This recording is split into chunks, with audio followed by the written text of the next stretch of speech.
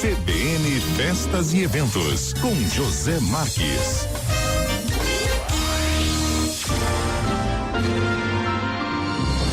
CBN, eleições 2018.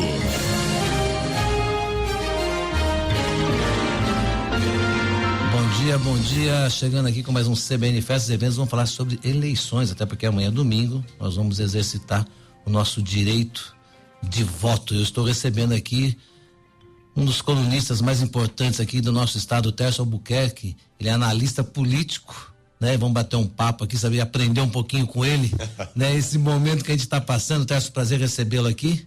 Prazer também, Zé Marcos, estar aqui. Né? Lembrando que você pode acessar a nossa entrevista pelo Facebook, ao vivo, o YouTube também, e depois essa entrevista vai veicular no canal 4 da NET, no programa Festas e Eventos TV. Perfeito. Meu jovem, como é que você está vendo tudo isso que nós estamos passando hoje? Olha, realmente é bem interessante a gente analisar esse momento do Brasil e dentro desse Brasil, nosso Mato Grosso do Sul, né, Zé?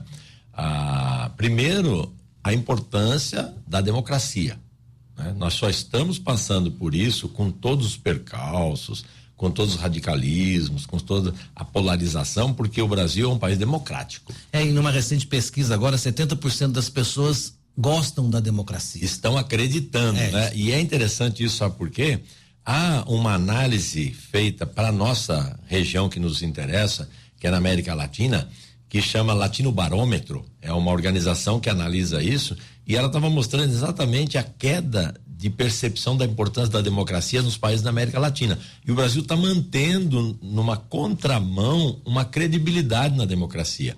Então, isso ajuda muito a entender por que nós ainda não estamos totalmente naufragados, como, por exemplo, uma Venezuela. Sim. Porque o povo ainda acredita que esses que estão aí, ou no exercício do mandato, apesar das crises, ou os que estão pretendendo chegar, podem fazer alguma coisa para o país, ainda acreditam na democracia. Ô Tércio, antes de a gente começar a bater um papo, né, com perguntas mais objetivas sobre as eleições, como é que você entrou nessa seara, meu jovem? Como é que você foi pro lado de ser um analista político? É uma coisa interessante. Eu cheguei em Campo Grande em final de 74. Vindo da onde?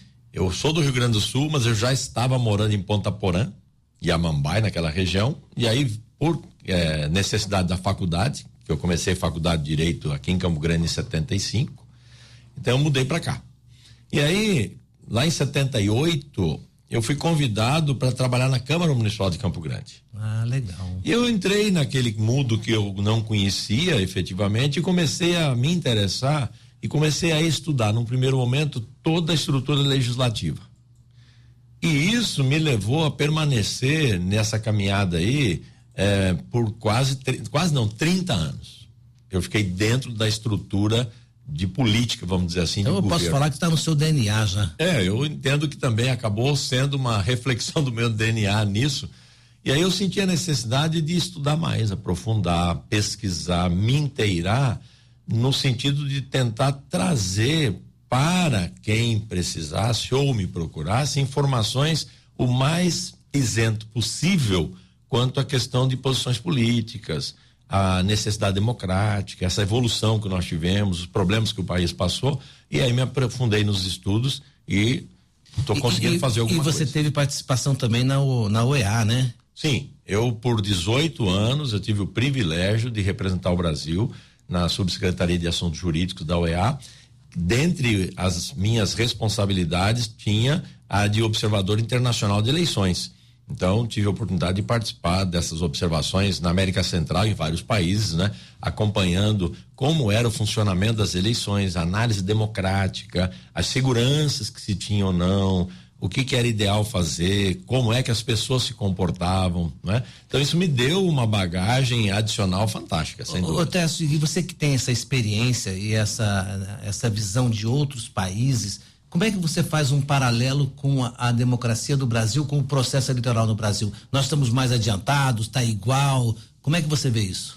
Olha, o Brasil ainda afirmam que é uma democracia jovem, porque nós, a partir de 88, com a Carta Magna, que fez aniversário ontem, né, de 30 anos na nossa Constituição, nós tivemos uma reformulação do Brasil.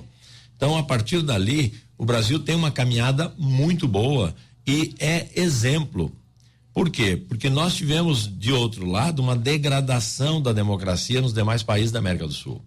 Então nós tivemos problemas sérios na Bolívia, problemas sérios estamos tendo na Venezuela, Equador, né? Peru, Paraguai. O Paraguai se reestruturou e hoje... pseudo-democracia? Hoje eu não posso mais afirmar isso, por exemplo, do Paraguai. O Paraguai teve uma reestruturação muito importante. O Paraguai vive um desenvolvimento hoje econômico, social. Crescimento enorme. Que é fantástico, ainda que continue passando por graves crises dentro dessa questão de narcotráfico e tudo mais, que eu digo que tem muito a ver com o lado brasileiro, sim, o lado ruim do Brasil. Exportamos para lá. Que é quem faz toda a possibilidade de criar no Paraguai, por exemplo, e até na Bolívia, que eles continuem indo nessa senda que não é a melhor. Mas quando a gente fala da Bolívia, quando a gente fala da Venezuela, hoje, efetivamente, é uma pseudo-democracia. Tem lampejo de democracia. Sabe o que é democrático lá? O nome que eles dão para a democracia, porque o ato não é. Se nós pegarmos as últimas eleições nos dois países, nós vamos verificar que foi proibida, por exemplo, a manifestação da oposição. Proibido. Que democracia é essa que não pode ter oposição? Na Venezuela, a oposição ficou proibida de votar. Ou seja, então eu vou me eleger sempre, porque eu só vai... Zé Marcos, você vota em mim? Voto. Só preciso do seu voto. Ah, mas tem um fulano. Não, ele não pode. Ele é contra mim, não pode. Então, é esse tipo de comportamento. De democracia, sim, né? Esse tipo de comportamento dá para chamar com democracia? Claro que não. E tem um outro lado interessante, Zé. Chile, né? Tem também o Uruguai, mas o Chile é um modelo que é uma democracia que passa por alguns concertos, mas ele chegou a um ponto de ser um país exemplo. Em que sentido? Liberdade democrática para o eleitor, por exemplo. Mas a educação ali é bem exercida. É isso que quer dizer. O exemplo que nós temos do Chile, ele é positivo, apesar dos problemas. Por quê? Primeiro, uma educação boa, apesar de terem aí, há 2-3 anos atrás, enfrentado crises, mas não pela educação em si, mas porque era tudo gratuito e aí o governo achou que precisava cobrar alguma coisa. Mas o que é interessante? A representatividade. O Pinheiras, que agora está novamente como presidente, ele foi eleito com 13% dos chilenos, ou seja, só foram às urnas 13% do país. Porque o voto não é obrigatório. Não é obrigatório.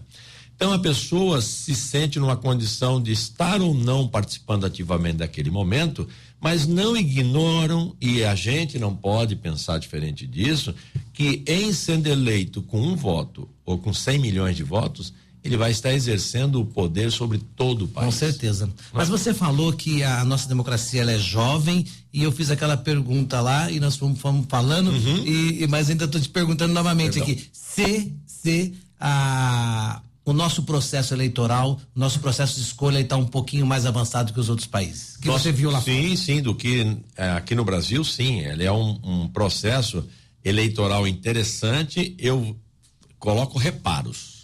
Por exemplo, na forma com que se estabelece dentro da política nacional as eleições. Como é que nós elegemos? Então, o que é importante lembrar? Uma coisa é amanhã, todos vamos, 7 votos. Aí, o que acontece? Dentro desse contexto, eu tenho um problema, que eu posso votar no Zé e eleger o Manuel. Porque o sistema proporcional nosso, ele não permite que eu tenha um voto em você, vendo você sendo eleito. E o exemplo é aquele conhecido do Brasil. Do Tiririca. Exatamente. Quer dizer, votaram no Tiririca, elegeram mais 4 ou 5. Levaram 4 de presente, que ninguém conhece. Ninguém conhece. Aí eu pergunto, como é que nós vamos fiscalizar o trabalho nesse sentido? Então nós temos necessidade de uma reforma política. Mas se nós analisarmos hoje a segurança jurídico-política das eleições no Brasil, ela é exemplar. Ela é exemplar. Nós temos uma justiça eleitoral que trabalha bem. Ninguém pode dizer contrário disso. E este ano, um exemplo muito bom, que conseguiu praticamente resolver todas as questões pré-eleitorais, como impugnações e tudo, em tempo recorde, que nós vamos agora para as eleições quase que com tudo resolvido. Isso é bom, né? Fantástico. A Justiça Eleitoral nossa mostrou uma habilidade, uma organização que dá credibilidade a esse processo democrático. Então eu vejo que nesses pontos o Brasil vai muito bem, dá exemplos. Tem deficiências, por exemplo, eu acho que nós não precisávamos ter mais o voto obrigatório. É verdade. Agora tem uma coisa também que muito questionável, a da urna eletrônica. Tem candidato aí que fala, só o Brasil que usa, ou 2 países. Na verdade, eu pesquisei, tem mais de 30 países que usam a urna eletrônica. Sim, é verdade. Inclusive alguns estados dos Estados Unidos. Eu quero até aprofundar essa minha pesquisa para saber quais são e tudo mais. Mas a pergunta é, no seu olhar, ela é confiável ou não? Sim, eu vejo como confiável. E por que eu digo isso? Eu tive o cuidado de pedir um estudo sobre a urna eletrônica. Ontem recebi, inclusive, última conclusão de estudo mostrando o seguinte, que existe risco, sim, existe risco. Em que sentido? A urna, usando uma expressão comum, é um terminal burro. O que é isso? Ela é fechada sem contato nenhum com a internet. Então ela tem ali dentro daquela caixa, não é? Ela tem os equipamentos que funcionam exclusivamente ligados a uma tomada de energia elétrica, sem possibilidade de que naquele momento da coleta de votos haja intervenção. Haja alguma interferência. Então, nisso, nenhum risco. O que dizem? Que no momento do transporte do dado via pendrive para o local de transmissão e no momento da transmissão, eventualmente haveria uma vulnerabilidade. Bem, e aí vem um lado interessante. Essa vulnerabilidade, ela permitiria, por exemplo, nesse estudo que ontem terminou de ser feito, que é o meu pedido, que houvesse uma interferência de fora, num hacker, por exemplo, para interferir ou mexer naqueles dados. Só que nós não podemos nos esquecer, é super importante isso. Sim. Quando termina o processo de votação numa sessão eleitoral, aciona-se na presença dos fiscais e dos representantes da Justiça Eleitoral, aciona-se o sistema de geração da zerésima, que é a fita impressa de todos os votos que aquela urna recebeu. Aquilo é tirado, é entregue a partidos políticos, é fixado ao público, é mandado à Justiça Eleitoral. Que com pode isso, conferir depois. Isso, perfeitamente. Então, se eu tenho eventualmente uma dúvida, eu tenho uma cópia da zerésima, eu vou à Justiça Eleitoral e faço uma comparação do dado daquela urna com o que chegou lá e foi divulgado com o que eu tenho na mão. E ali sai o relatório de quantos votos brancos, nulos, quem recebeu, quantos foram. A Justiça Eleitoral, no processo de votação, ela valida cada voto. Eu voto, então, por exemplo, deputado federal primeiro, confirma, aquilo já fica registrado. Se eu anular outros, aquele confirmado está registrado, o voto não se perde. Então, com essa análise, eu entendo que ela demonstra segurança. E outra coisa, nós não temos concretamente nenhuma denúncia formal que nos leve a desacreditar da urna eletrônica. Bacana, meu jovem. A gente vai para um pequeno intervalo e voltamos logo em seguida com o nosso bate-papo aqui. Perfeito.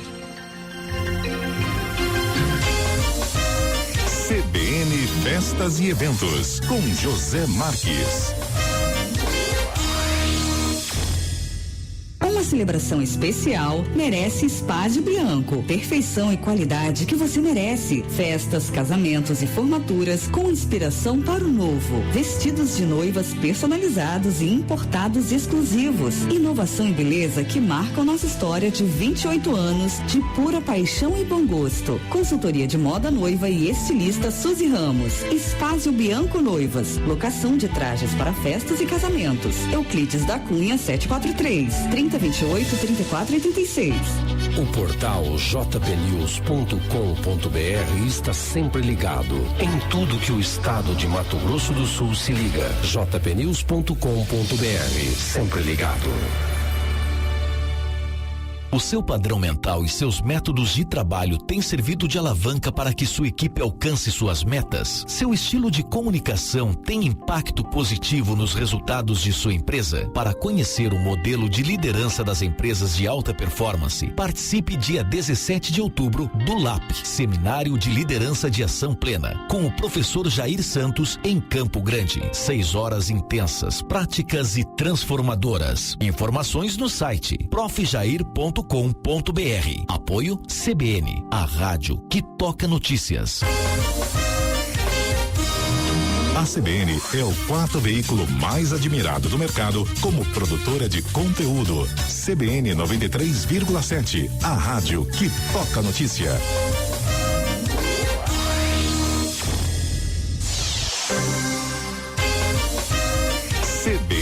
Festas e eventos com José Marques.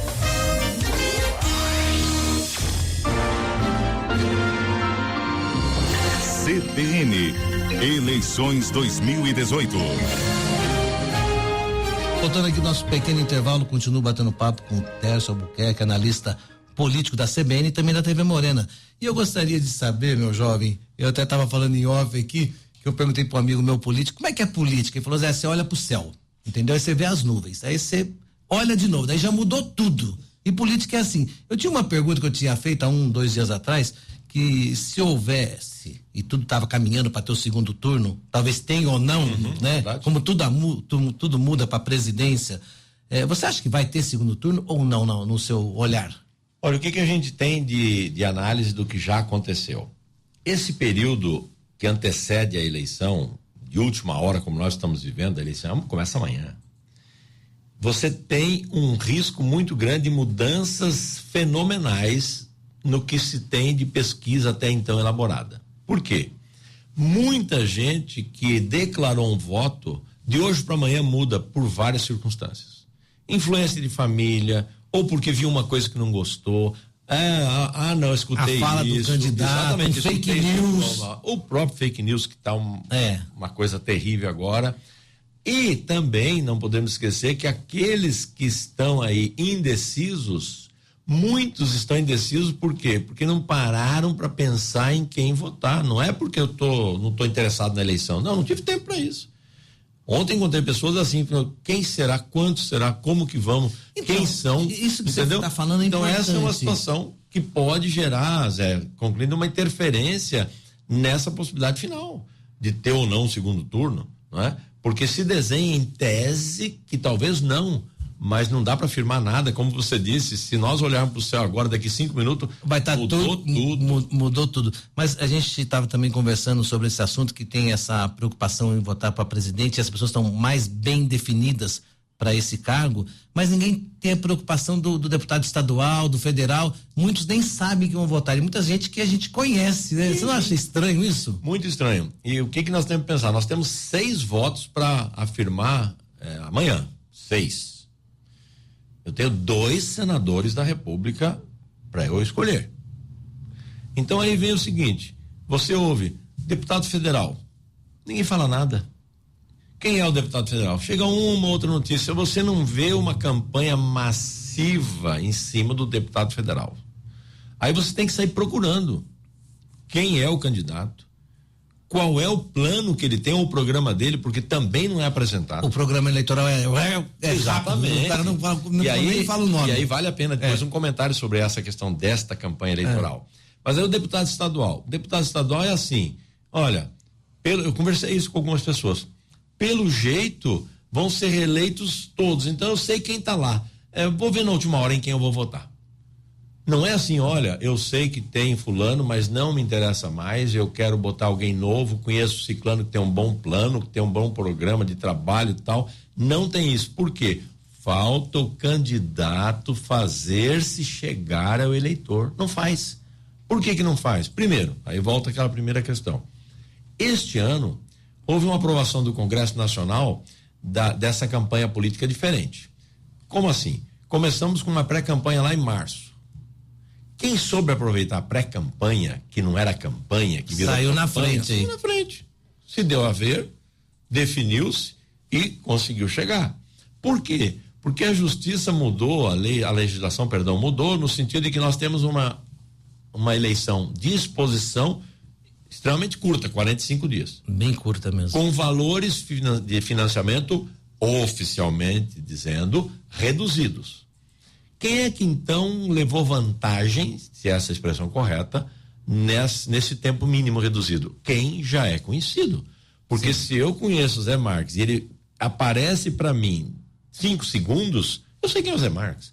Agora, Tércio, quem é? Nunca vi. Aparece 5 segundos, 10 segundos, eu continuo sabendo que não sabendo quem ele é. Então esta campanha teve esse lado negativo para os novos, aqueles que estão tentando buscar pela primeira vez um mandato.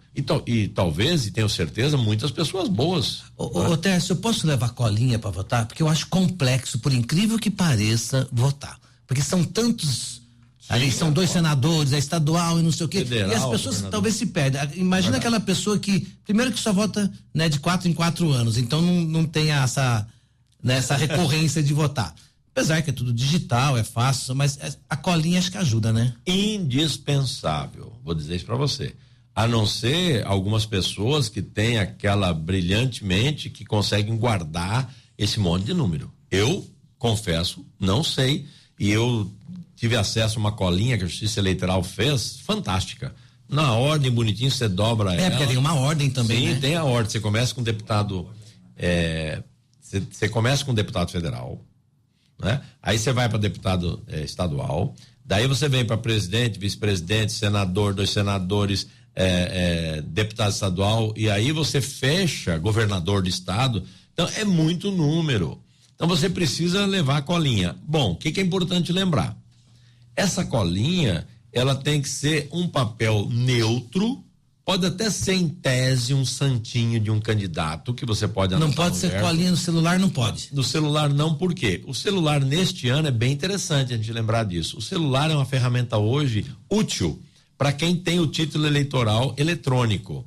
Então você vai, abaixa lá o app da Justiça Eleitoral e título, e você tem o seu título de eleitor ali. Então você pode ir com o seu celular, levar o mesário, ele identifica você, seu celular fica sobre a mesa e você vai à cabine.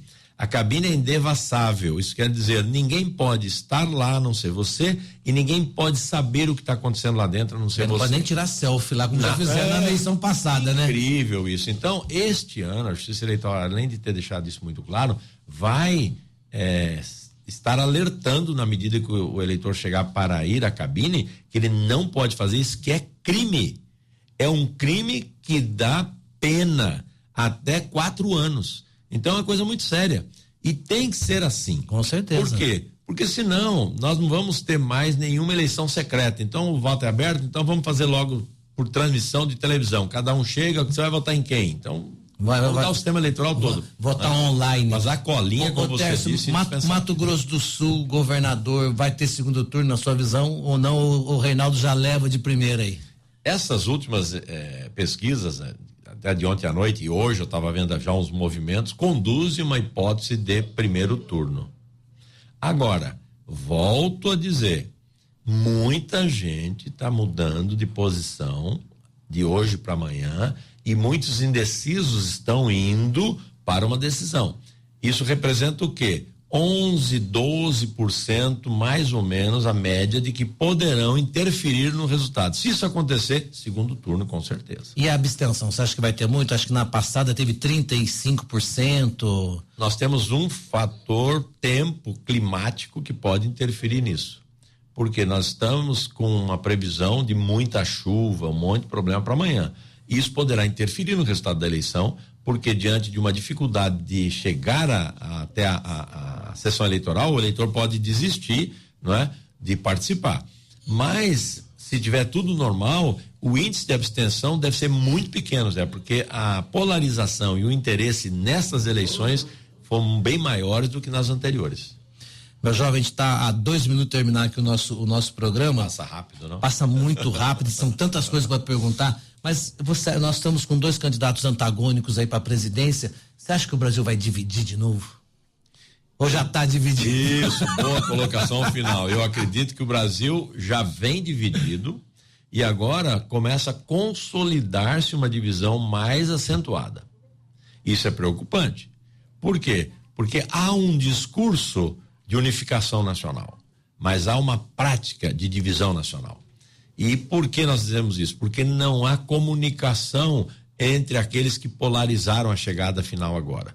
Então há ataque, então há bastante duros. E aí isso me leva a crer que nós vamos ter 2 grupos tentando administrar o Brasil. Por quê? Aquele que não levar, ele vai fazer a contra-campanha daquele que levou. Isso é muito ruim para o país. E o interessante é que um alimenta o outro, né? Exatamente, é retroalimentação quase, né, Zé?